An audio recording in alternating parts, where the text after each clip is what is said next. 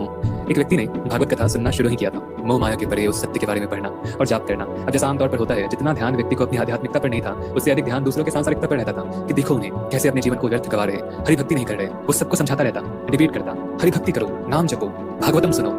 कोई सुन ही नहीं रहा था और ना वो अपने आप को बोलने से रोक पा रहा था। उससे देखा ही नहीं जा रहा था लोगों की सांसारिकता। लेकिन जब किसी से ज्यादा अटेंशन और वाहवाही नहीं मिली तो उसने सोच लिया, मैं चला जाता हूँ वृंदावन, वहाँ किसी गुफा में रहूंगा, साधना करूंगा, ना इन पर नजर जाएगी ना बोलूंगा। वैसे भी मोह से ग्रसित लोगों को कुछ समझ नहीं आने वाला। गुफा में तो वो चला गया, लेकिन भला उसका ध्यान वहां भी कहाँ लगे। वहां तो और भी कुछ नहीं था ध्यान के भटकाव का जो बहाना बन सके। घर पर अध्यात्म का प्रचार करने का तो बहाना था, मोहग्रस्त लोगों पर उद्धार करने का, लेकिन यहाँ तो कोई है भी नहीं। और उल्टा पता चल रहा है कि खुद का भी उद्धार नहीं कर पा रहे हैं जनाब। स्वयं साधना करना मुश्किल है, स्वयं को बेहतर करना मुश्किल है, इसलिए दूसरों को बताकर उससे बेहतर महसूस करता है व्यक्ति। लेकिन वहाँ कोई था ही नहीं, किसे बताएं। ध्यान जाता तो खुद पे ही।